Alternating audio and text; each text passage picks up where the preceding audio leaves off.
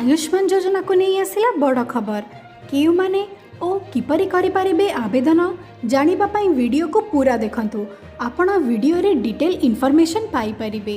ता पूर्व मोर आपण मानको गोटिए छोटिया रिक्वेस्ट वीडियो को लाइक करिवे एवं चैनल को सब्सक्राइब निहाती करिवे और पाखरे थिबा बेल आइकन को टिपि ऑल रे सेट करबा को जमारो भूलिबे नाही।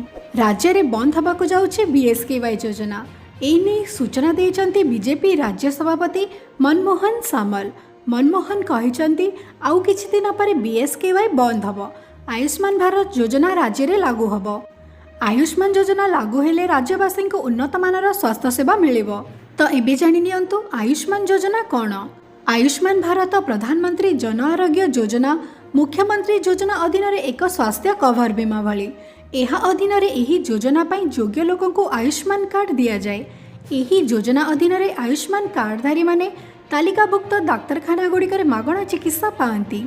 एही कार्ड हितधारी को 5 लाख टंका पर्यंत मागणा चिकित्सा कवर जोगाई दिया जाए।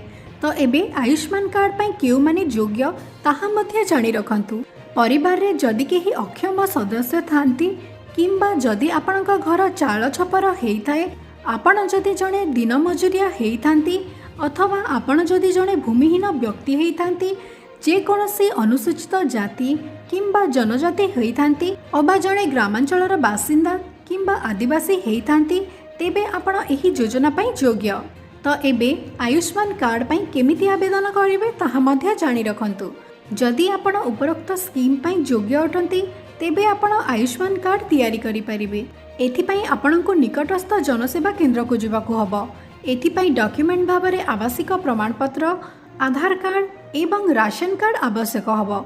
आपणको एक मोबाइल नंबर मध्य आवश्यक हबो जहाँ सहित आपणक आधार कार्ड लिंक हेई पारिबो। तो एहा थिला आयुष्मान कार्ड को नहीं एक नुआ अपडेट। जदि आपण माने आयुष्मान कार्ड पाई योग्य ताहेले आपण आयुष्मान कार्ड पाई आवेदन करि पारिबे। वीडियो रो डिस्क्रिप्शन रे डायरेक्ट लिंक मध्य अछि, आपण सेठारे जाई डायरेक्ट अप्लाई मध्य करि पारिबे। वीडियो को लाइक करिवे एवं चैनल को सब्सक्राइब निहाती करिवे। नमस्कार, जय जगन्नाथ।